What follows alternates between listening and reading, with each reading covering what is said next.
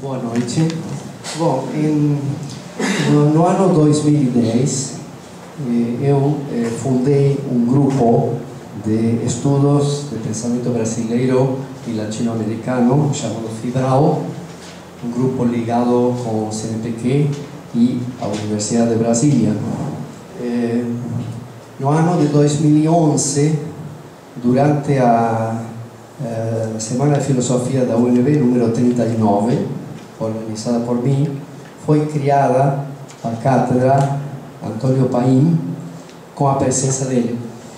E o objetivo dessa cátedra é fazer com que, pelo menos cada 2 anos, um conferencista ilustre, convidado, de reconhecida trajetória e competência no pensamento nacional e latino-americano, venha para a UNB, para esse lugar, discursar sobre alguma questão vinculada com a situação e desenvolvimento do pensamento dentro do contexto brasileiro e latino-americano.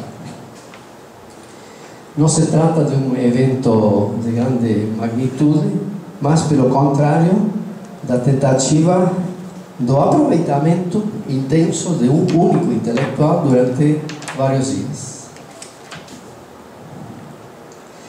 Como esse grupo é liderado por mim, eu faço parte do Departamento de Filosofia e o colegiado do curso aprovou a ideia da Cátedra Paim. É importante termos aqui a palavra oficial do atual chefe do Departamento de Filosofia, professor Arnaldo Portugal, a quem eu dou a palavra inicial. Obrigado, professor Júlio. Em nome do Departamento de Filosofia da Universidade de Brasília, quero dar as boas-vindas ao professor Emeré Chacon. Espero que essa seja apenas uma das primeiras de uma colaboração que perdure daqui para frente. Para o Departamento de Filosofia da UNB, é uma honra tê-lo aqui. De fato, como o professor Júlio Caveira falou, a cátedra é uma instituição do Departamento de Filosofia. Embora tenha sido proposta pelo professor Júlio e seja ligada ao FIBRAL, uma vez que foi aceita pelo colegiado, ela é uma instituição do Departamento de Filosofia.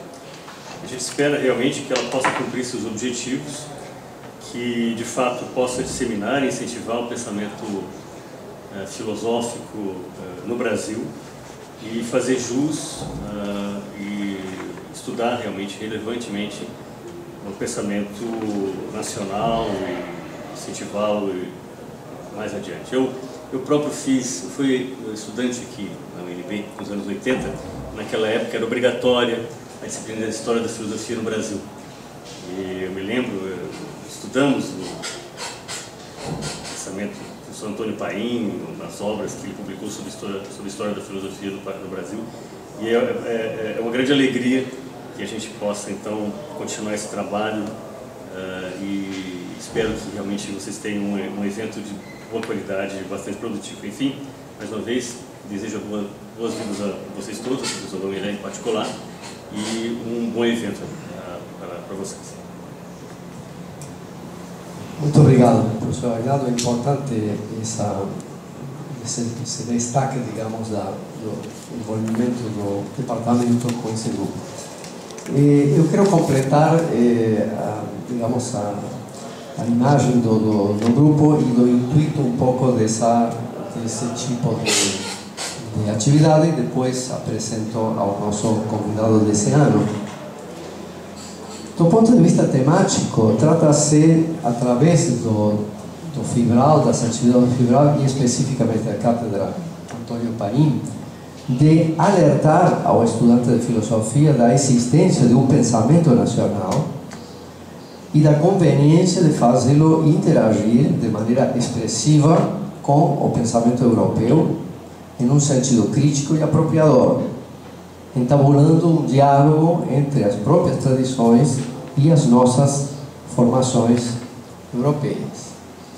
Eu espero que o professor Antônio Paim esteja me vendo e me escutando nesse momento. Estamos tentando transmitir o evento ao vivo E eu quero dizer que o nome do professor Antônio Paim, através de tantos livros que ele escreveu para nós, está ligado precisamente com o resgate desse acervo nacional, de pensamento nacional, não sendo ele apenas um historiador, mas um pensador crítico, e a tentativa não apenas de preservar uma memória do passado, mas de criar uma interação intelectual presente, efetiva, entre os clássicos do pensamento brasileiro, Tobias Barreto, Gonçalves de Magalhães, Miguel Reale, etc., a atual filosofia universitária e a herança cultural europeia.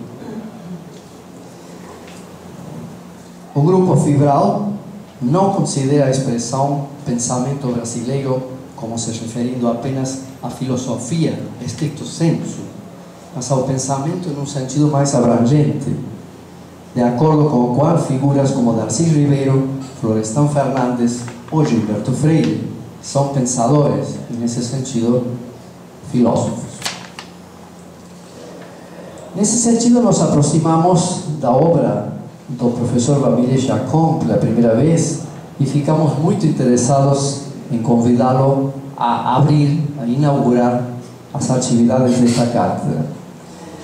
Bamile Chacón é um importante pensador nacional, cientista político, historiador das ideias, que investigou com profundidade a formação do pensamento brasileiro e temas específicos como a reflexão sobre o ibérico, a gestação da Escola de Recife e o pensamento de Gilberto Freire, de quem ele é profundo conhecedor.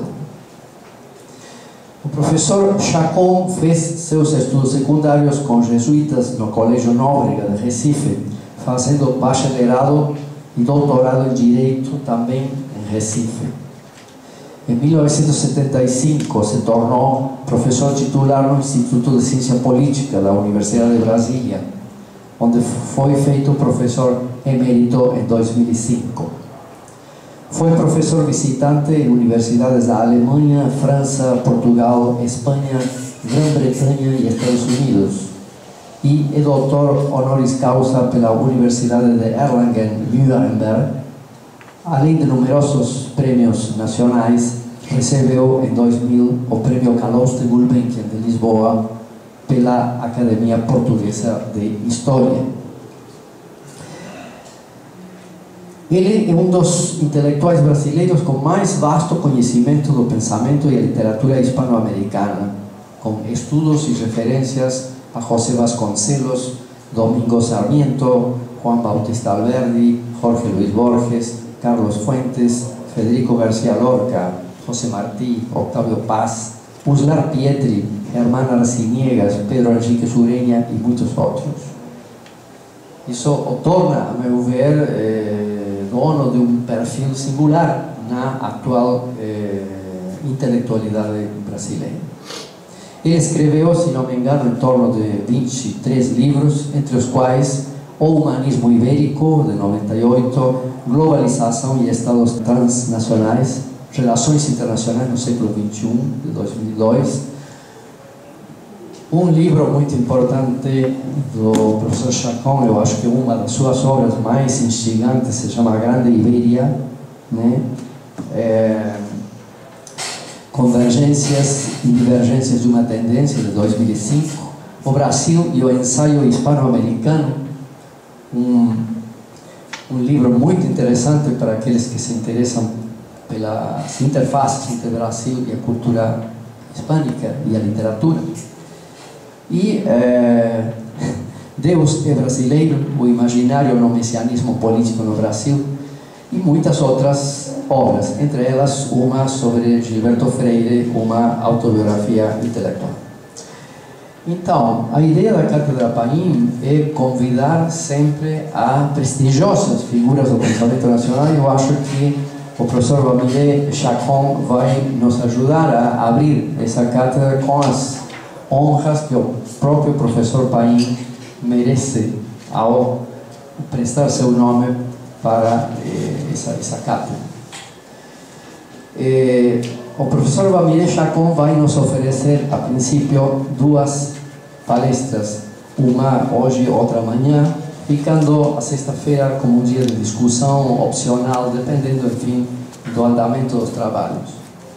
Nós tínhamos pensado, só que isso tem uma certa flexibilidade, de hoje nós atermos a seguinte temática: o culturalismo em suas fontes,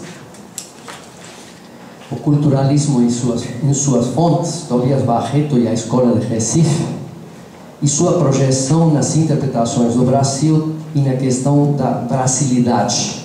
Sérgio Buarque de Holanda, Gilberto Freire, antecessores e sucessores.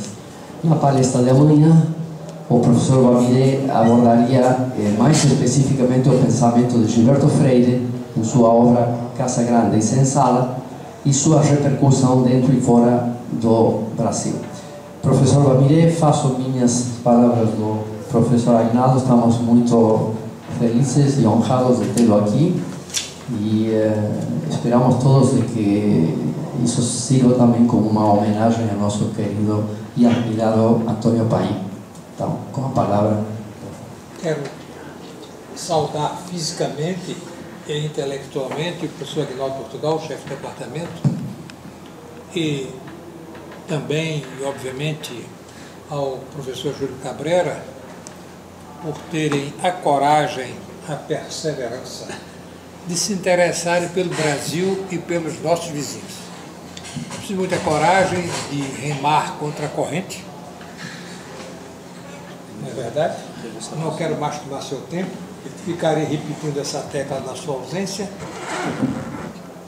Remar contra a corrente porque, inegavelmente, existem culturas dominantes no mundo, o que não significa que sejam nada mais do que hegemônicas no tempo. Tudo passa a um rodízio que deixa um rastro. Um rodízio que deixa um rastro e que a gente não pode, de forma alguma, subestimar, nem deve superestimar. A ideia do professor Júlio Cabrera é extremamente oportuna de insistir na nossa identidade, também de pensamento, evocando o nome de Antônio Paim, que dos decanos dedicados ao assunto é o mais antigo, o mais perseverante e o mais fecundo. Cada qual tem suas opiniões acerca de vários assuntos. O professor Antônio Paim tem as suas, nós temos as nossas, mas há um denominador comum que nos une. Um interesse profundo, intrínseco, essencial, com ponto de partida, embora não necessariamente ponto de chegada, pelo pensamento brasileiro. Essa homenagem, portanto, é para mim tão importante que a ela eu me associo com prazer especial. Comecemos pela definição do culturalismo. É o veso metodológico do qual nós, professores, não precisamos nos envergonhar. É bom sempre colocar parâmetros para com eles medir menos ou mais, eu não estou dizendo mais ou menos, para não relativizar demasiado, menos ou mais a realidade, inclusive a realidade das ideias, que terminam se concretizando também menos ou mais na história.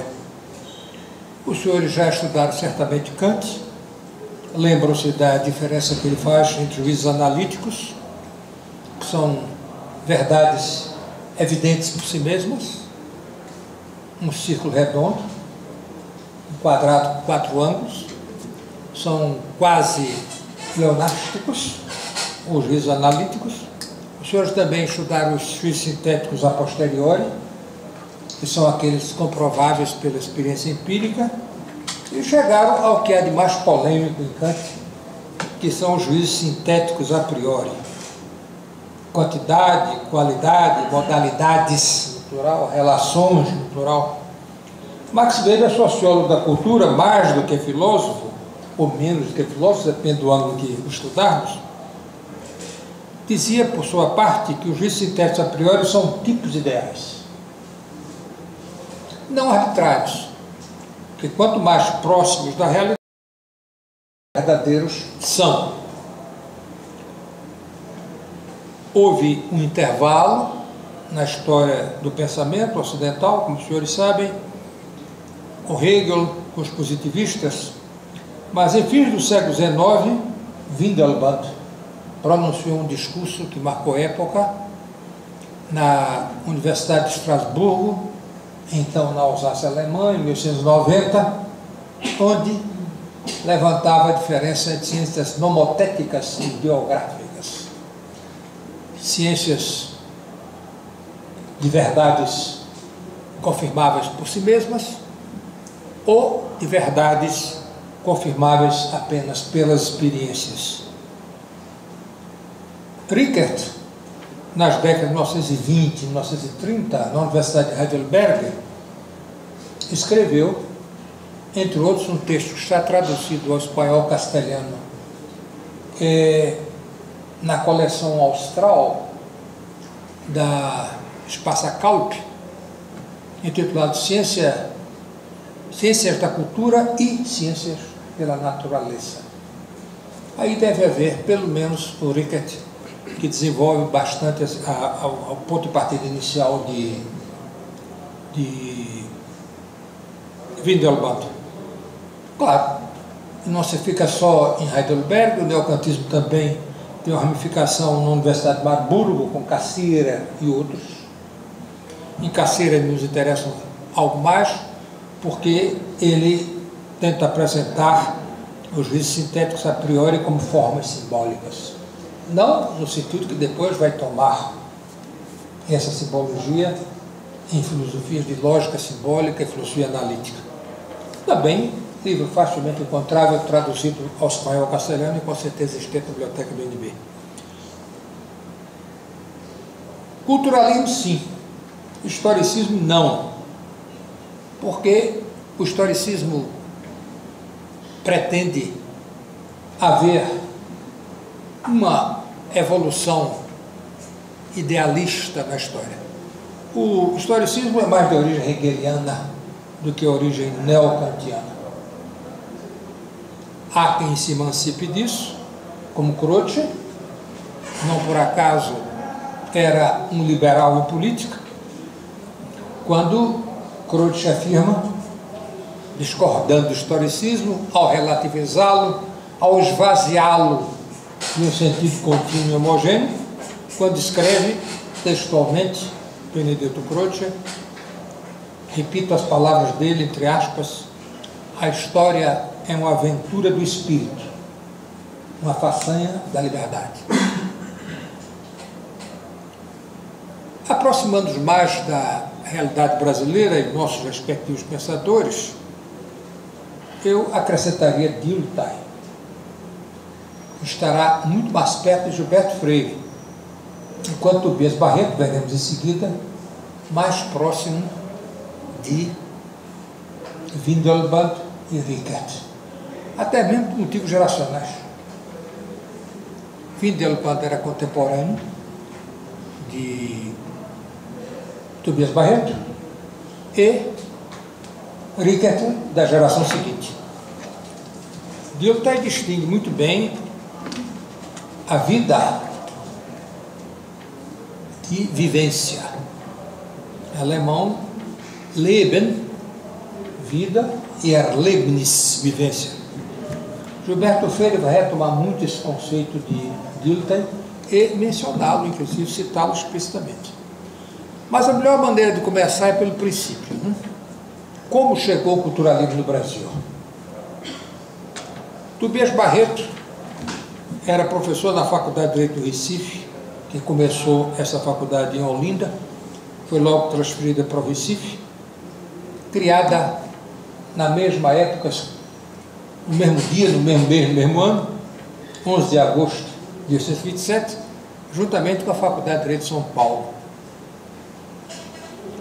As duas mais antigas faculdades no Brasil são de Direito e Medicina. Medicina é anterior. São duas, uma em Salvador, outra no Rio de Janeiro, criadas em 1810 por Dom João VI, ainda príncipe regente da sua mãe, Dona Maria II. Na realidade, Tobias foi um crítico filosófico sistemático, porém não sistêmico. O único pensador brasileiro que mereceria o nome pleno de filósofo, por ter sido sistêmico e não só sistemático, é Farias Brito. E os senhores já devem ter tomado conhecimento. Cearense, de Fortaleza, migrou para o Rio de Janeiro, ganhou um concurso da cadeira de filosofia no Colégio Pedro II, ainda não existia faculdade de filosofia no Brasil, e a exerceu. Os principais livros de Farias Brito, os senhores sabem, A Verdade como Regra das Ações e a Filosofia como Atividade Permanente do Espírito, desdobráveis em vários volumes. Tobias é, por si só, um personagem, além de um pensador. Os afro-brasileiros estão em dívida para com Tobias Barreto. Tobias Barreto era miscigenado, de negro com branca, pobre, nascido na periferia da periferia, quer dizer, no interior de Sergipe, nem na capital Aracajuera. Migrou inicialmente para Salvador, de Salvador veio para o Recife. Não foi propriamente um autodidata, porque ele frequentou equivalente à escola secundária na época na Bahia, em Salvador, repito, e fez o curso de bacharelado e depois seu doutoramento na Faculdade de Direito do Recife. Quero lembrar aos senhores que o mestrado é novo no Brasil, mas o doutoramento existe desde o tempo das primeiras faculdades de medicina e direito em nosso país. Na Faculdade do Recife ainda se encontra uma coleção de teses de doutoramento. Não havia mestrado. Na própria Europa não existia mais mestrado. A tradição do mestrado intermediário, bacharelado, doutoramento, foi retomada pelos Estados Unidos e depois readotada pela Europa, embora não em todas as universidades. Nas mais antigas, quase sempre não há mestrado, e sim um doutoramento mais longo. Mas também pode adotá-lo, se assim quiserem. Tobias, por temperamento e até mesmo por acidentes da vida, ou era ou tornou-se um polêmico. Ele trabalhava para estudar, discriminado pela sua cor, pela sua posição social. Isso excitou ainda mais o seu ânimo, talvez de rebelde nato, ou pelo menos daí em diante cada vez mais, e tornou-se professor da Faculdade de Direito do Recife, graças aos alunos dele. Já naquele tempo existia a figura de professor substituto, já naquele tempo, é bom que a gente se lembre, era apenas de um ano, mais alguma coisa como hoje em dia, e se um cargo o indivíduo ficava exercendo, sem gerar direitos adquiridos, até o momento que havia concurso. Tobias ganhou o concurso contra o seu rival, cujo nome a história mal recorda, além de recordar mal, sem nenhum trocadilho, mas do ponto de vista literal. Era o seu adversário um protegido político. A banca já estava predisposta a dar-lhe a cátedra, como então se chamava, mas os estudantes, seus alunos, vaiaram estrepitosamente a banca e ela, praticamente acuada, mais que coagida, a contragosto, deu a vitória a Tobias. Pode parecer isso apenas pitoresco, não foi. O maior testemunho desse concurso é Graça Aranha. A influência de Tobias Barreto vem até a Semana de Arte Moderna no Brasil, em 1922, cujo inicial animador, o motor que deu a partida aos mais jovens, era Graça Aranha, diplomata de carreira, já embaixador, membro da Academia Brasileira de Letras. Ele, já naquele tempo, tardio, mas ainda oportuno, escreveu nas suas memórias, intituladas sintomaticamente O Meu Próprio Romance. Eu vou citar literal a frase. Graça Aranha escreve: o concurso de Tobias Barreto para professor foi um clarão em nossos espíritos. Ponto. Por ele me fiz um homem. De fato, Tobias tinha um carisma quase, se não hipnótico. Não todos os seus alunos, mas os seus melhores alunos tornavam-se, a partir de certo momento, até mesmo fanatizados por ele. Cheguei a conhecer no Recife o último deles sobrevivente, Metódio Maranhão, professor aposentado da Faculdade de Direito do Recife, e eu, ainda muito jovem, não me animei sequer a iniciar uma conversação com ele, seja pela diferença de idade, naquele tempo contava muito mais do que hoje, como também o professor Metódio Maranhão não era dos maiores e melhores discípulos de Tobias. Não era intelectualmente e até pessoalmente um tipo muito interessante. Mas, de qualquer forma, tinha sido, e era, até o fim da vida, foi o testemunho vivo daquela mobilização que o Tobias fazia. E contou a irmã de um outro ex-aluno dele, Virgílio Sá Pereira, que foi autor do primeiro projeto de Código Penal no Brasil, ainda na Primeira República, que, sendo proibido naquela época, aluno interromper a aula de professor, mesmo por motivo de pergunta, o Virgílio ousou, porque se sabia de uma autocrítica positiva, não só negativa de si mesmo, e fez uma pergunta muito inteligente a Tobias, contrariando todo o protocolo muito rígido da época. Tobias simplesmente o olhou fixamente e disse: apareça amanhã à tarde na minha casa que eu lhe dou a resposta. Era uma dupla advertência. Primeiro, ele não tinha o direito, o melhor que você pergunta, de interromper o mestre. Mesmo assim, a pergunta tinha sido tão oportuna, tão inteligente, que Tobias se dignava a recebê-lo na sua modesta casa, num subúrbio do Recife. Pai de família numerosa, enfrentou sempre grandes dificuldades materiais. Não vou entrar em detalhes da vida dele, que é uma vida até mesmo romanística, né? Rival de Castro Alves, na qualidade da poesia, e em grandes debates abolicionistas e mesmo estéticos da época. Vamos aqui para Miguel Reale, que é também um grande culturalista brasileiro. No capítulo O Culturalismo na Escola do Recife, no seu livro Horizontes do Direito e da História. Quem primeiro no Brasil fez a distinção pormenorizada entre natureza e cultura foi Tobias Barreto. Num capítulo intitulado Recordação de Kant, no seu livro Questões Vigentes de Filosofia e Crítica. É um capítulo breve, mas de grande importância e muito esclarecedor.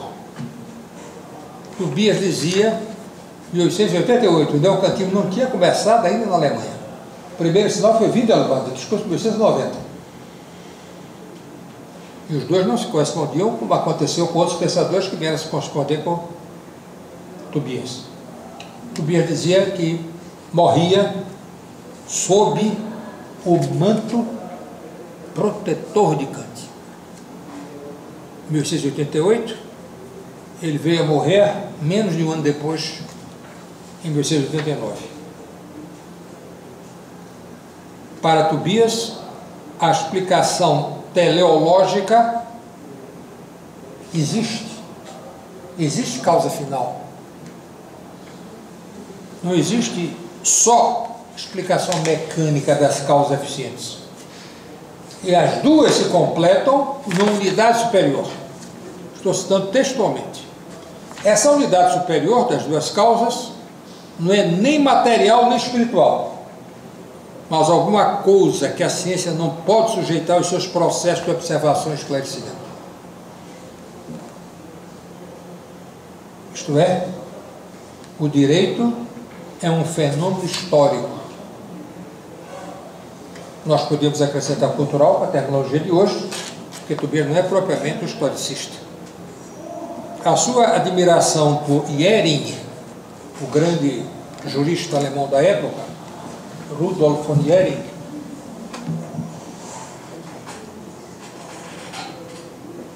o H entre duas vogais em alemão é mudo. J em alemão funciona como vogal. Eu sou I. Sempre.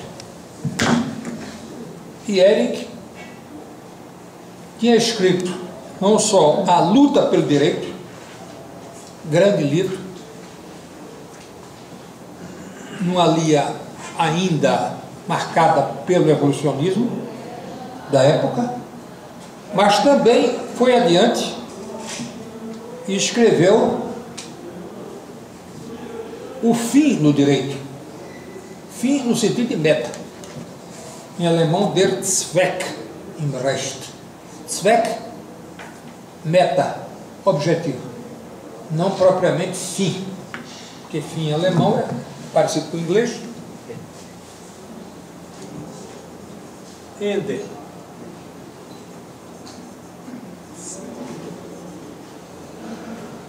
Zweck é fim com meta. Os alemães distinguem dois tipos de fim, né? Apenas para tranquilizar os senhores, a pronúncia alemão é muito mais fácil que o inglês. E mesmo quem não sabe alemão, aprendendo a pronunciar parece que sabe. Com o inglês é bem mais complicado, não só pronunciar, como principalmente saber.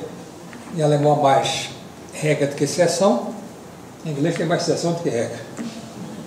Chega um ponto que a gente sabe alemão, mas chegar ao ponto de dizer que sabe inglês é meio difícil, porque vai passar o resto da vida aprendendo exceção.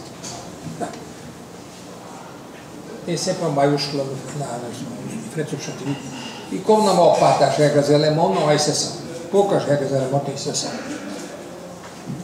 Vejam o que Tobias escreve textualmente, citado por Miguel Reale. No mundo inorgânico prevalece o movimento.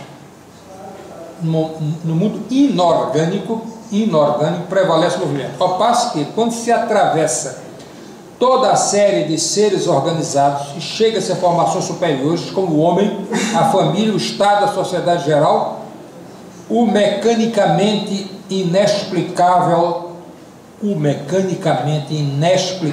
já não é um resto, mas quase tudo.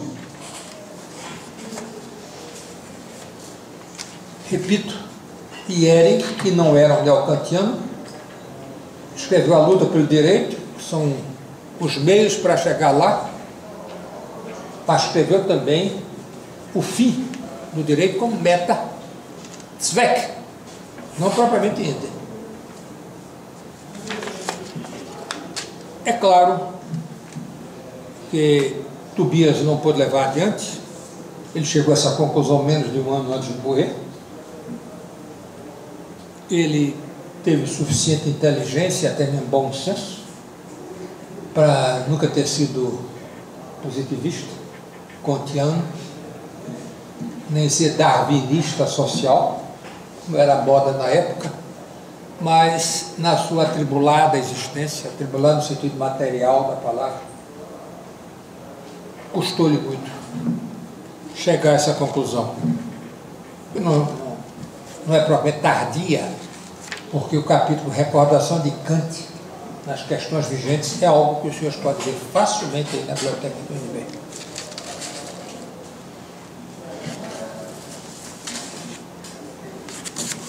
É preciso que nós recordemos que Tobias também repelia um indivíduo chamado Haeckel, que foi o tal que tentou fazer o darwinismo social, tirar Darwin, ou os seus pressupostos, melhor dito, da biologia e até da geologia, mas basicamente da biologia, né? Projetando as ciências sociais.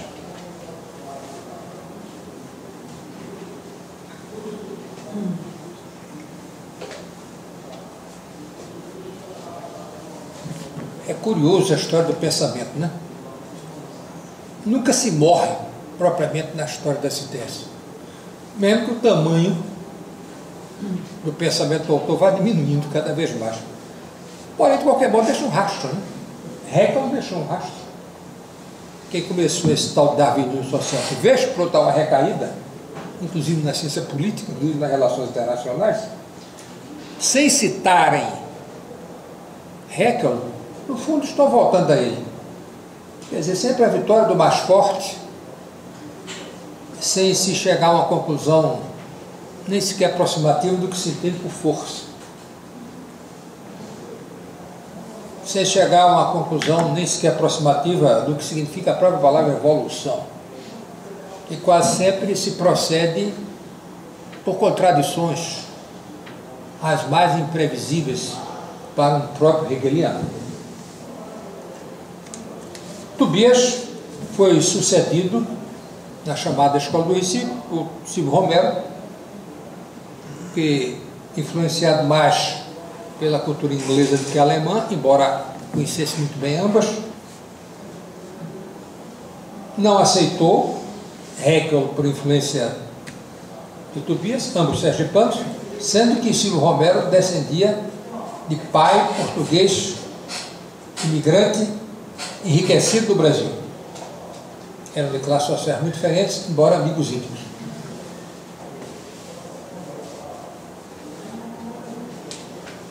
Preferiu Spencer.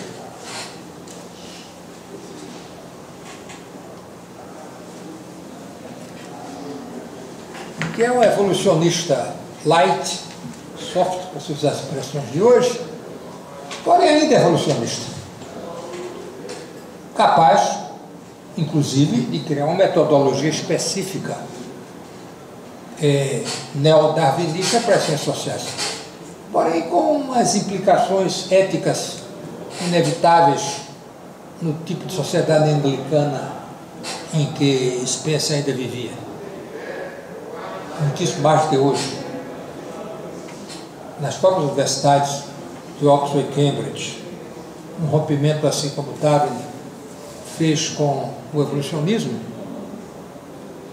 criou muitas dificuldades para o próprio Darwin. Embora não conste que, do ponto de vista de pensamento mais amplo e mais profundo, Darwin nunca tenha se tornado materialista, ateu no sentido materialista. Mas é uma discussão lá de quem se interessa por Darwin.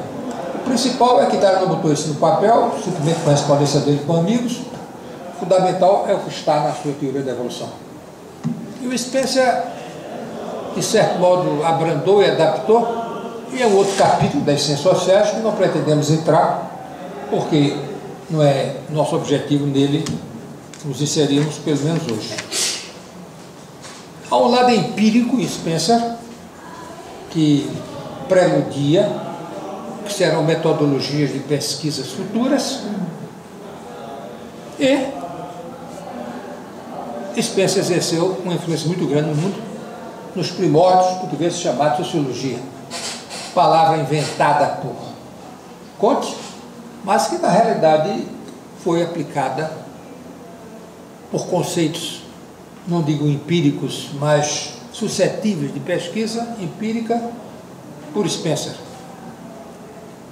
Silvio foi também um homem extraordinário, autor da primeira história da literatura brasileira propriamente dita, em vários volumes. Não falta quem diga que fulano, beltrano e cicrano estão superados. Eu não sei, porque esse conceito de superação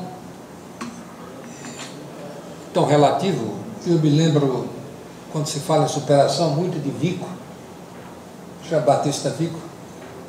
A história é feita de torne e retorno, português mal traduzindo, tornos e retornos, né? Entornos e retornos. A história nos seus retornos, vez por outra demonstra que o que há de resíduo de um pensamento anterior termina se tornando mais importante, o que sobrevive, o que frutifica. Eu não ousaria entrar por esse caminho. Mas Tobias Barreto terminou sendo consagrado como um dos patronos de cadeira na Academia Brasileira de Letras. Ele, Tobias, que sempre foi tão contra a corte. Hoje seria contra Brasília, naquele tempo contra o Rio de Janeiro, defendendo o que ele não aceitava, que fosse periferia fora da capital, da época ou de cada época. E Silvio Romero, por sua vez, entrou na própria academia. Foi uma revanche da Escola do Recife, para surpresa de muita gente. Vocês fiquem tranquilos, se vocês quiserem, fiquem intranquilos. Talvez vocês devem ficar intranquilos, porque Tobias Barreto ainda hoje divide mais do que soma. Por incrível que pareça, depois de tanto tempo, há muita gente que não gosta dele. Inclusive misturando lá o pessoal que eu já mencionei. Misturando também o aspecto literário. Ele não foi tão grande poeta quanto Castro Alves, seu contemporâneo. Porém, digamos, Tobias foi um grande poeta e Castro Alves um poeta maior. Isso a gente deveria levar em conta, né?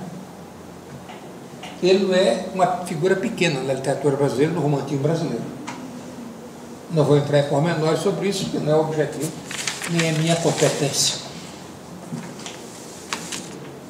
Vocês podem ver as questões vigentes de filosofia e direito, os ensaios e estudos de filosofia e crítica e os estudos alemães. Ele não foi iniciador do germanismo no Brasil, viu? Bom que se diga isso. Eu tenho um livro que se chama, ou que se chamou inicialmente, da Escola do Recife ao Código Civil, e que virou subtítulo da sua transformação em a formação das ciências sociais no Brasil. Mas o foco é esse, da Escola do Recife ao Código Civil.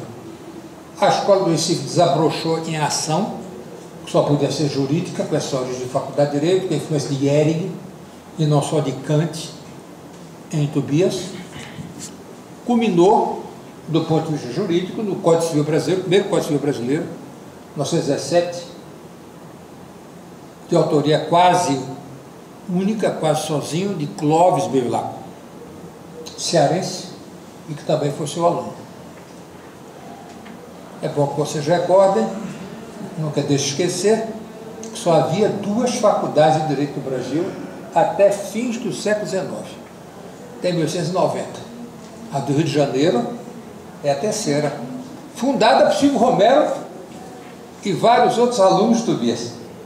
Eles saíram fundando faculdades de Direito pelo Brasil quase todo. Fundaram não só no Nordeste, no Ceará, fundaram também no Porto Alegre, não fundaram, porém, em Belo Horizonte, porque pela sua proximidade de São Paulo, os seus professores fundadores provinham da Faculdade de Direito de São Paulo, hoje Universidade de São Paulo. Se quiserem ter pormenores do pensamento de Tobias e também dessa semeadura de faculdade de Direito no Brasil e também das fontes de inspiração do primeiro Código Civil brasileiro, os senhores vejam na biblioteca o meu livro da Escola do Recife, em segunda edição, sem esse título, transformado em subtítulo.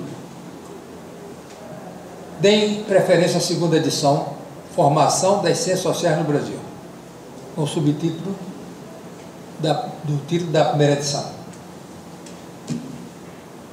Tem muito mais elementos lá, como por exemplo, eu faço retificação, eu fiz uma restrição injusta a Tobias, dizendo que ele tinha sido uma pessoa indiferente à política. Ele não foi.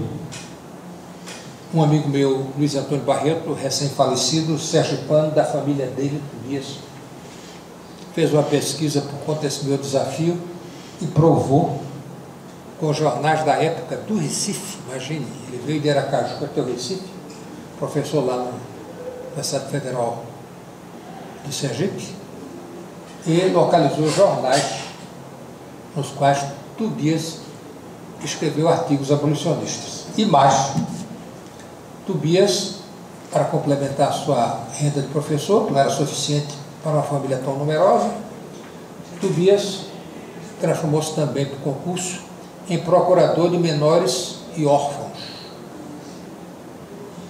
Menores e órfãos. E resolveu incluir os escravos na sua defesa. Isso ele fez, inclusive, na justiça, defendendo escravos acusados de pequenos e grandes crimes.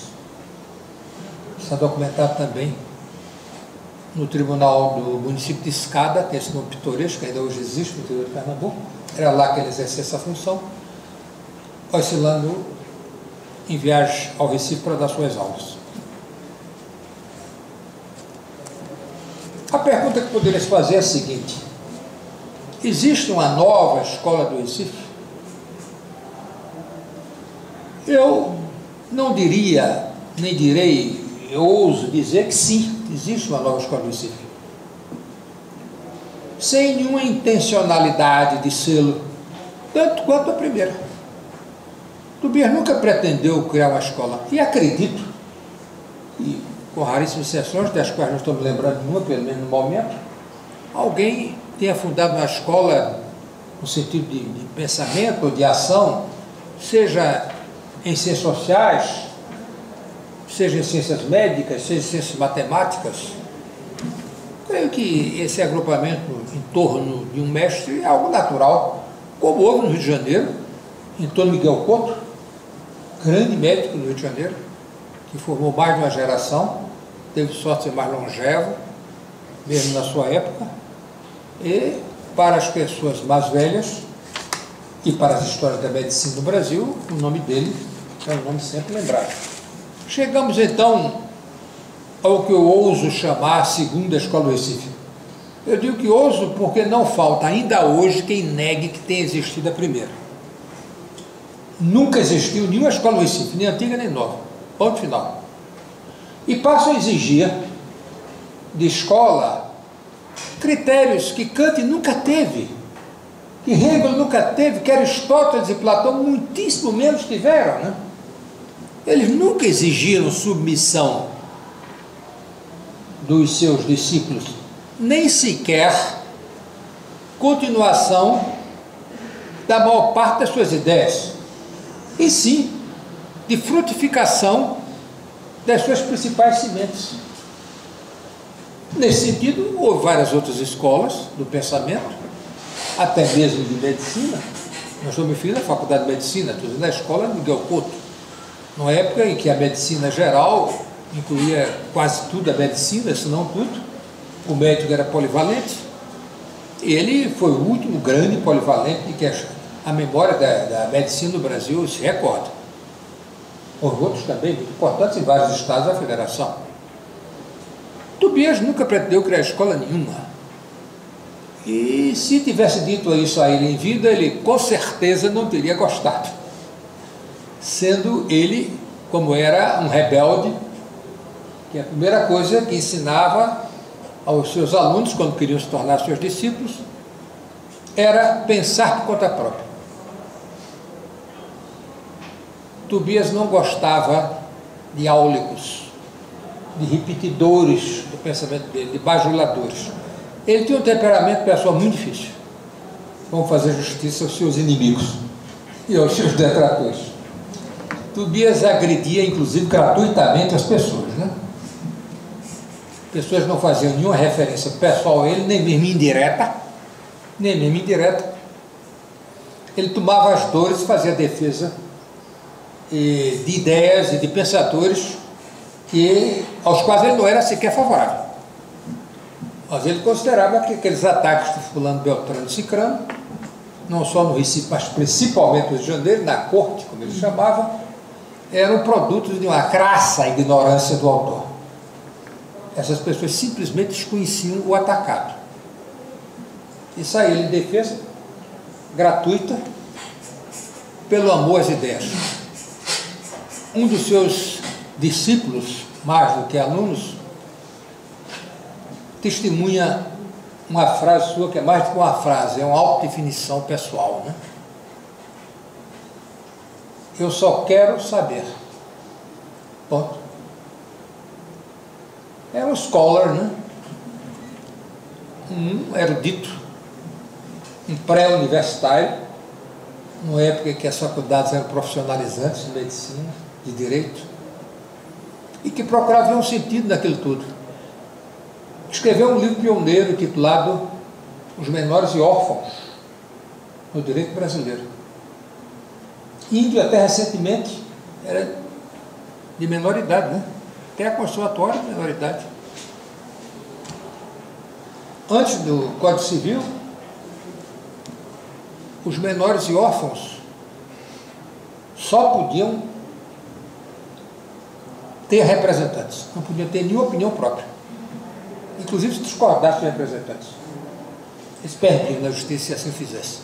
O que significava, naturalmente, transformá-los em vítimas, né? Em vítimas, né? Se não sempre, mas com frequência, se não quase sempre, né? Tobias tem, inegavelmente, um lado quixotesco na personalidade dele, não creio que tenha sido por leitura de Cervantes. Temperamento mesmo.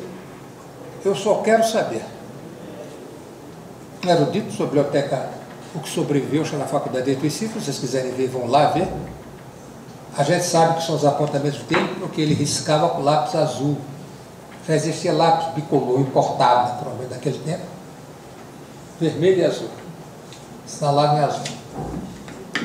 E vale a pena ver a biblioteca dele, tem inclusive Kant, a crítica da razão pura, notada por ele.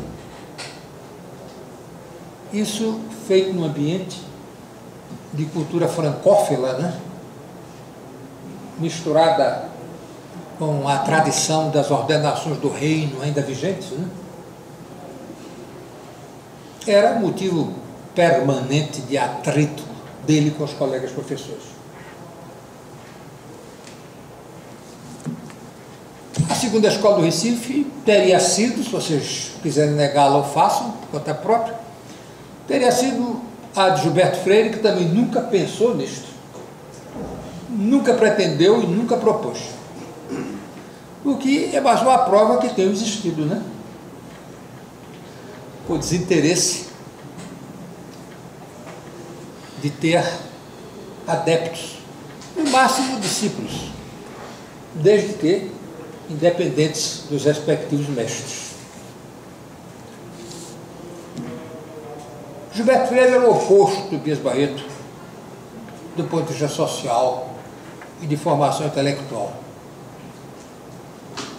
Tobias era um produto tardio da senzala.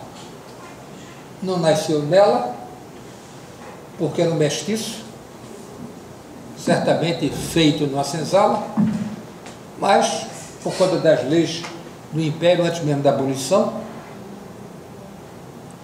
a lei do ventre livre,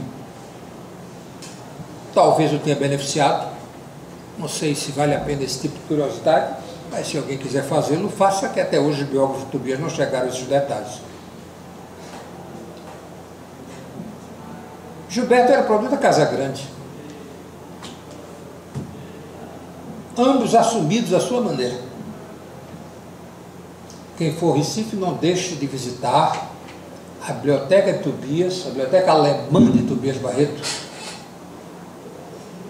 que está numa seção especial da Biblioteca da Faculdade de Direito do Recife, que é um prédio que fica no centro da cidade. A Faculdade de Direito do Recife, como a de São Paulo, não foi nem irá nunca para a cidade universitária, porque isso é impossível dentro das respectivas tradições. Já tentaram levá-las, mas na prática isso não pôde acontecer, não aconteceu porque não pôde acontecer até hoje. Gilberto tinha perdido antes de nascer a Casa Grande, e seus avós, e que entraram naquele ciclo que está muito demonstrado pelos Zelinhos do Rego. Na trilogia Banguê, que é um engenho de fogo aceso, funcionando, usina, que é a industrialização do açúcar e a transformação dos engenhos em fornecedores de cana, portanto, de uma posição mais importante para uma outra muito menos importante, economicamente, socialmente, politicamente. E fogo morto, quando a decadência do engenho chega ao ponto nem mais fornecedor de cana-serra. A avó materna de Gilberto era a única pessoa que tinha boas recordações da decadência. E Gilberto coloca o retrato dessa senhora em todas as edições e reedições de Casagrande Senzala. Era a pessoa que tinha boas recordações da Casagrande. Isto é, devia ter também as más, só que preferia as boas, né? E transmitiu isso ao neto. Gilberto era filho de advogado, professor da Faculdade de Direito, professor do Colégio Americano, Batista, do Recife. Gilberto converteu-se ao protestantismo batista na juventude, depois abandonou a religião e deixou-se voltar à Igreja Católica por motivos muito complexos, que também são os de Ariano Suassuna, complexos no sentido culturais, para entender aquele Brasil, seja do ponto de vista sociológico, Gilberto, seja do ponto de vista literário, Ariano Suassuna. Então, o que é que sucede, simplesmente? Gilberto foi do Colégio Americano Batista para a Universidade de Baylor, no Texas, fazer o BA, o BA, que é o bacharelado. Depois foi o mestrado na Universidade de Colômbia, onde teve a sorte de se encontrar com um antropólogo cultural, etnólogo, como os senhores queiram chamar, mais revolucionário que essas ciências tiveram até hoje. Um personagem que nunca escreveu um livro importante, escreveu livros razoáveis, mas não marcantes, da história da antropologia cultural, também chamada etnografia, diferente da antropologia filosófica, porém, que era um pesquisador magistral e o professor, perdoe-me o pleonasmo, magistral. Franz Boas era um judeu alemão emigrado aos Estados Unidos, não tem nada a ver com o nazismo. Ele migrou da Alemanha para os Estados Unidos antes da Primeira Guerra Mundial, antes de 1914, e não foi por conta de antissemitismo. Ele já era professor titular de uma grande universidade alemã. Mas ele discordava da antropologia que queriam trazer da filosofia para as ciências sociais. Ele dizia que só se podia fazer antropologia cultural etnologicamente. E passando da palavra ao ato, resolveu pesquisar. Pesquisa de campo com culturas, outrora se diziam primitivas, hoje se dizem simples, né? Dos esquimós no Alasca aos índios no Arizona, nos Estados Unidos, e até aos miscigenados de brancos e negros em Porto Rico. E chegou a essa conclusão que é um verdadeiro ovo de Colombo, que revolucionou por completo a antropologia cultural e a etnologia, como também alguns preferem chamar. A tendência crescente da antropologia cultural, da antropologia filosófica, é que não existe nenhuma correlação intrínseca entre etnia e cultura. Isso pode se fazer desde o tempo dos gregos, os romanos, povos que adotaram a cultura helênica, sem serem descendentes propriamente de jônicos, descendentes de dóricos, portanto não eram da mesma etnia, vinham em épocas diferentes, de origens muito complexas e até hoje indefinidas, aos romanos, no que hoje se chama de Espanha, houve grandes pensadores e escritores em latim, romanos, romaníssimos. Estou me lembrando de Sêneca, na filosofia histórica da Espanha, né? Nós chamamos hoje de Espanha. Já é uma mistura lá de iberos e fenícios, e pouquíssimos romanos. E o que eram os romanos, afinal de contas? Não sabe exatamente o que eram os romanos, do ponto de vista étnico. Sabemos do ponto de vista cultural, né? Quando se fala, por exemplo, em Alemanha, mais recentemente, isso o judeu alemão sabia muito bem, Franz Boas, houve judeus alemaníssimos, tão alemanistas que terminaram vítimas de sua alemanidade.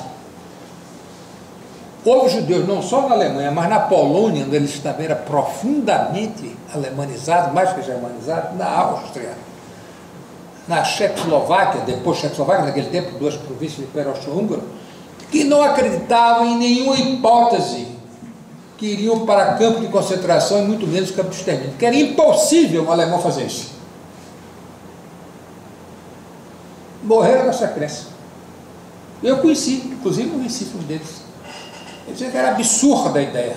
Era tão absurda que era uma violência maior do que a física que os nazistas estavam fazendo. Não é possível que os nazistas não parassem, não chegassem num ponto que se lembrasse que eram alemães. Porque o alemão não podia nunca fazer aquilo. A Alemanha de Goethe, né? A Alemanha de Beethoven, né? Se quiserem remontar mais, a Alemanha de Bach, a Alemanha de Lutero, né? É possível fazer isso. É tudo mentira. Mentira da oposição. Como sempre, né? Mentira da oposição. Não existe. Jean-Louis Steiner, um judeu francês, no livro titulado Treblinka, também testemunha a mesma coisa. Os judeus franceses não acreditavam também nisso. Impressionante, né? Absurdo na cabeça deles. Franz Boas era um alemão. Esses judeus não eram circuncisos, não praticavam o judaísmo. Marx não era circunciso, nunca praticou o judaísmo. Os pais de Marx tinham abandonado o judaísmo para ingressarem na burocracia prussiana, sendo funcionários públicos de carreira. Marx não teve nenhuma formação judaica. Freud não teve nenhuma formação judaica. Freud tem um ensaio sobre Moisés, que é uma das coisas mais difíceis de ler ainda hoje sobre Freud. Tentando explicar, na visão dele, quem era Moisés, o fundador, o suposto fundador do judaísmo, o mosaísmo, né? Quer dizer, eles não eram judeus, eles eram alemães. O próprio Franz Boas não era judeu, nunca foi um judeu, ele era um alemão. Para ele era absurda essa possibilidade, entendeu? Perceberam isso? Totalmente absurda, em nenhum sentido. Nonsense. Nonsense. Eu conheci aqui no Brasil, em São Paulo, um judeu gaúcho que veio fugir do nazismo, criança, adolescente, e me contou em São Paulo que os pais dele, pai e mãe dele e dos irmãos, em Porto Alegre, durante a Segunda Guerra Mundial, quando viu as notícias, as primeiras notícias tardias, já em 1943, dos campos de concentração e extermínio dos judeus de outras etnias, ciganos, eslavos, por parte dos nazistas alemães, o pai e a mãe deles, os irmãos dele, o repreendiam e proibiam de acreditar naquilo. Isso que é uma propaganda de calúnia dos aliados contra a Alemanha. Em tempo de guerra, mentira como terra. Portanto, não é verdade. E o choque tremendo que ele teve em 1945, já adolescente, quando soube da verdade, né? Franz Boas não previu nada disso, não acredito que tenha imaginado, porque na cabeça dele isso daí era impossível, não era absurdo completo.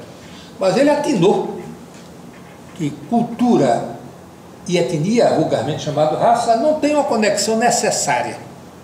Pode ter, eventual, no seu início, mas de diante se entrecruza com tantas outras influências étnicas que a cultura vai adquirindo uma vida própria, né? Independente das etnias. Nós somos brasileiros, uns mais privilegiados, outros menos, uns discriminados, outros discriminadores, outros indiferentes, que são piores talvez que os discriminadores, mas nós somos brasileiros. Isso ele transmitiu a Gilberto Freire, e esse foi o clique mental de Gilberto. Darcy Ribeiro registra isso num livro titulado Sobre o Óbvio. Sobre o Óbvio, tem um capítulo sobre Gilberto. Gilberto é a primeira pessoa que disse isso no Brasil, como Franz Boas foi a primeira pessoa que disse isso no mundo. Alguém pode dizer, mas o ovo de Colombo era. O ovo de Colombo, claro que era. Mas Franz Boas não tem culpa de ter dito isso. E Gilberto também não tem, né? Gilberto não foi o único discípulo dele. Margaret Mead, grande antropóloga americana, também foi discípula dele. Melville Herskovits também foi discípulo de Franz Boas. Criou-se, por assim dizer, ainda hoje, uns dizem que houve a escola de Colômbia de antropologia, outros dizem que não houve. Eu acho que nem Franz Boas, nem Margaret Mead, nem Herskovits, nem Gilberto Freire estavam minimamente interessados que tenha existido ou deixado de existir a tal escola. O principal é que eles eram herdeiros da grande descoberta de Franz Boas. Hoje parece óbvio, né? Daí o título de Darcy Ribeiro desse livro, que é muito bom, Sobre o Óbvio. O livro é sobre obviedades, inclusive de Franz Boas em Gilberto Freire. O capítulo é sobre Franz Boas, é sobre Gilberto, mas fala naturalmente muito em Gilberto. Aliás, fala muito também em Franz Boas. Herskovits, judeu-americano, eu conheci no Recife, lá vindo da casa de Gilberto Freire. Eu estava chegando, ele estava saindo. Não presenciei o diálogo entre os dois. Colegas, alunos na mesma época, contemporâneos de alunos de Franz Boas na Universidade de Colômbia. E Margaret Mead eu conheci aqui no UNB. Passou aqui desapercebida. Não sei por quais motivos, não estou acusando ninguém. Talvez ela não quisesse falar. Era pequenininha, usava um vestido enorme, arrastando no chão, e umas sandálias havaianas. Não era muito acadêmica, não. Ela foi visitar o reitor, eu estava por coincidência presente, conversamos, nada sobre antropologia, mas sobre o Brasil, ele queria saber algumas coisas, estava passando um período mais do que difícil naquela época, né? E só isso. Depois, o reitor se despediu dela, eu a trouxe até aqui o Minhocão, e ela pediu para chamar um táxi e foi embora. Fiquem tranquilos que não houve nenhuma revelação dela, muito menos a mim, que não sou antropólogo, nem especialista em Franz Boas. Mas não deixe de ler o capítulo sobre Gilberto Freire, entre outros, do livro de pedido dele. O que é que você acha? Eu estava por fazer uma pergunta, mas para facilitar um pouco o desfecho dessa sua fala, talvez as pessoas estejam sentindo a falta de que você explique melhor o conceito mesmo de culturalismo, ou seja, o que transforma um pensador, a seu ver, em um culturalista. Por que Tobias Barreto foi e se Gilberto Freire teria sido um culturalista? A questão mais conceitual. Do ponto de vista conceitual, boa recordação metodológica, professoral no melhor sentido da palavra, dele, meu e de vocês. A cultura é o que somos. Civilização é o que fazemos. Tobias acreditava nisso, Gilberto acreditava nisso, eu acredito nisso. É por isso que eu também sou um culturalista. Cultura é o que somos. Somos um poço de contradições, né? Não é? Claro. Mas é o que somos. E o que somos, as duas palavras são tão perigosas, se eu disser coletivamente, parece que estou dizendo coletivismo. Socialmente, parece que eu estou dizendo socialismo. Mas os senhores dão um desconto nos ismos, tiram os ismos, do ponto de vista coletivo social. Machado de Assis, imaginem vocês, Machado de Assis, que era tão introspectivo na sua literatura, tem um artigo de 1872 intitulado Instinto de Nacionalidade. E é verdade. É uma definição culturalista se ele nunca ter lido Windelband nem Rickert. Rickert não podia ter lido, você ter lido Windelband na época. Nós somos brasileiros ou qualquer outra pessoa pertence a alguma cultura, em primeiro lugar, para o instinto. Um instinto coletivo social, de sobrevivência, de afirmação individuais, e que para se realizar tem, portanto, de estar em companhia de outras pessoas com instinto nas mesmas direções. Alemão que se preza, mais do que latino que se preza, tem boas imagens, né? Um judeu austríaco chamado Otto Bauer, por sinal político e de esquerda, socialista ainda por cima, neomarxista, sai totalmente desses esquemas ao definir o que seja nação. Ele deu a definição que eu acho que é a melhor que existe de nação.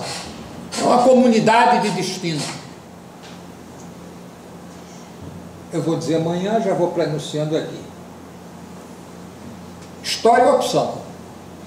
Geografia é destino. A gente não escolheu nascer no Brasil.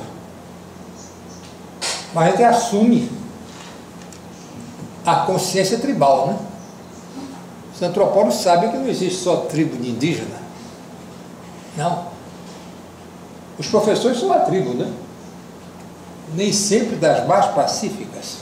Dentro de si próprias. Não é verdade? Um antropólogo brasileiro jovem fez uma pesquisa sensacional na AMAN. Fique tranquilo que sou reservista de terceira categoria, não sou militar. Mas a pesquisa na Academia Militar de Agulhas Negras foi com os cadetes. Antropólogo. Portanto, é pinólogo, né? Pesquisa é uma maravilha, uma delícia, onde ele prova com A mais B mais C que o militar, desde o tempo de cadete, o que faz é um aprendizado tribal. Quer dizer, é um ensino para alguém entrar numa tribo. Tem os ritos iniciáticos,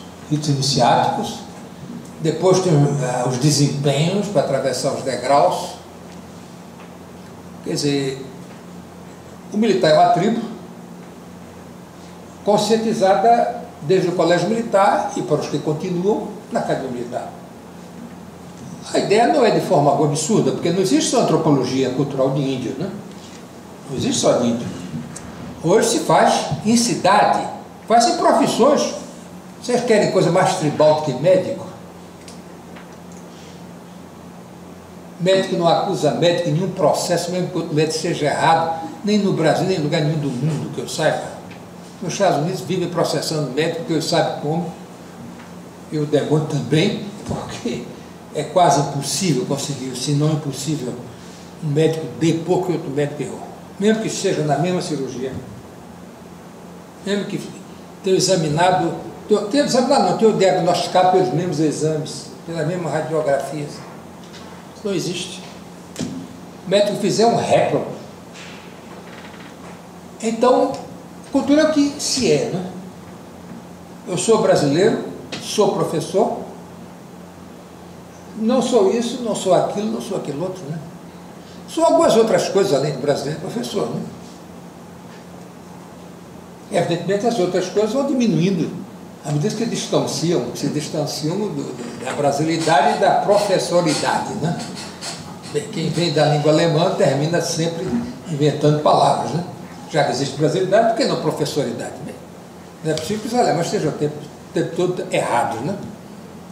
Parece que não estão todo o tempo certos, porém estão mais certos do que errados. Aí está a prova, né? Brasilidade, professoridade. E civilização é o que cada cultura faz, né? O que ela faz. Há uma distinção que se usa também, os historiadores gostam muito dela. Cultura material, civilização e cultura... civilização material, pode usar indistintamente uma cultura, e civilização, cultura material. Eu prefiro que é o que somos.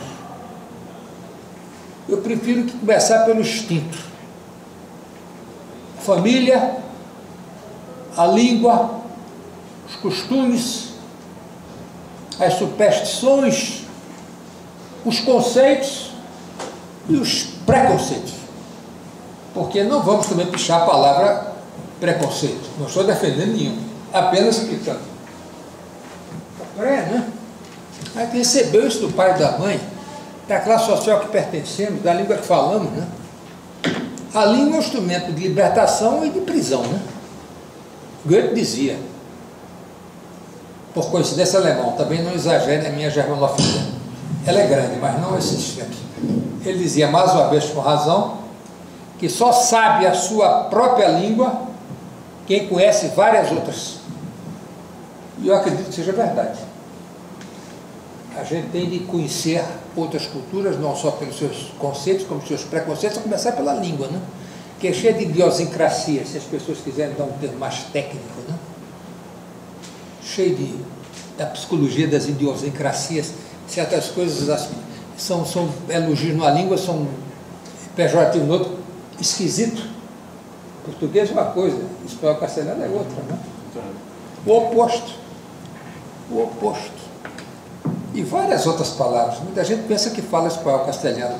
Ou tem vizinhos nossos, até mesmo espanhóis, que pensam que sabe português, mas quando esbarra numa palavra como esquisito, sai o contrário, sai o avesso, que a pessoa está pretendendo dizer, né? Porque são as idiosincrasias, as peculiaridades, às vezes impenetráveis de palavras que dificilmente têm tradução, né? Eu vou enumerar, que vocês sabem já quais são, pelo menos algumas. Gilberto Freire é contemporâneo de Sérgio Buarque de Holanda e de outros, e não apareceu de repente no Brasil. Houve antes dele o primeiro que inaugura essa linha, Euclides da Cunha, com Os Sertões, 1902, sobre a tragédia de Canudos, 1897. Ele foi repórter do jornal Estado de São Paulo. Os Sertões saíram inicialmente da forma de artigos de reportagem no Estadão, que ele depois organizou, coordenou, modificou, transformando em livros. Por sinal, depois de muitos anos, o Estado de São Paulo consentiu que os artigos fossem publicados em livro. Muito interessante. Todos dizem, mas aquilo ali foi localizado no sertão do Nordeste, na Bahia. Não, não. O fenômeno de Canudos aconteceu no contestado entre o Paraná e Santa Catarina, entre luso-descendentes, com alguma mistura de índio, mas muito menos do que no sertão nordeste. Os senhores vão pasmar, o fanatismo social, político, religioso aconteceu no Rio Grande do Sul, em São Leopoldo, perto de Porto Alegre, numa colônia teuto-brasileira, a rebelião dos Muckers. A palavra Mucker, em alemão dialetal, um dos dialetos da Alemanha, significa resmungador, pessoa que vive reclamando. Fanatismo religioso em torno de uma profetisa. Em vez de ser Antônio Conselheiro, era uma mulher de pai e mãe alemães nascidos no Brasil. E pelos mesmos motivos, essa colônia de alemães nascidos no Brasil se levantou e foi esmagada e destruída pela violência da polícia e do exército. Por quê? Problema de terra. Problema de autoridade externa que desconhecia por completo sua cultura e era hostil a ela. Isso, lá de Teuto Brasileiro, no Rio Grande do Sul, de brasileiro só tinha o nome, né? Ou a carteira de identidade, mais nada. Se é que tinha carteira de identidade. Ainda hoje muita gente não tem carteira de identidade do Brasil. Imagina aquele tempo, inclusive Teuto Brasileiro. Pois bem, e recusa a pagar impostos, a prestar serviço militar, a votar em eleição, em torno de uma profetisa que, claro, tem que ser religiosa, messiânica, o Antônio Conselheiro, e a resposta foi o esmagamento a ferro e fogo, a bala, esmagá-los e destruí-los. Isso é São Leopoldo, pertinho de Porto Alegre. Novamente, questão cultural. Não houve um Euclides da Cunha nos Mucas de Porto Alegre. Não houve um Euclides da Cunha no contestado. Não foi valorizado esteticamente, estética literária. Então, Paraná e Santa Catarina não gostam de falar no contestado, que é uma região contestada ainda hoje, municípios que ninguém sabe de que lado são, e muito menos no Rio Grande do Sul. E mesmo argumento contra o Antônio Conselheiro. Um bando de fanáticos, ignorantes, e que eram antissociais. E que o único modo era acabar com eles, né? Aí encerra o assunto. Vê-se, portanto, não é só preconceito contra negro, contra índio, né? É contra filhos e filhas de pais e mães alemães, né? A poucos quilômetros de Porto Alegre, já era a capital. Seria melhor parar agora, fazermos então algum debate e a gente entrever os assuntos da próxima vez, né? Muito obrigado, professor Damien, e ao público. Os aguardamos amanhã. Obrigado. Não é protocolar, não é de cerimonial falar depois dos aplausos, e sim agradecer. Porém, além de agradecer, eu quero fazer uma confidência minha e de Gilberto Freire. Eu, certa vez, depois de muitos anos, décadas de intimidade, eu disse a ele: olha, Gilberto, o seu livro, meu predileto, não é Casagrande Senzala. O seu livro, meu predileto, é Sobrados e Mucambos. Ele me respondeu: Vanmiré, é o meu também predileto. Então você leu não só esse, mas também Sobrados e Mucambos. Esse daqui é África e Índios no Brasil. Índios e africanos no Brasil. Sobrados e Mucambos é sobre a principal, maior, em parte realizada, não só falhada, acabar com essa mania que tudo fracassa, fracasso ou mania sinistrose, de europeizar o Brasil, bem ou mal, que é Sobrados e Mucambos. Deu no que deu, que somos nós, né? Bem ou mal. Dessa vez não precisa aplaudir, não, que já aplaudiram. Muito obrigado.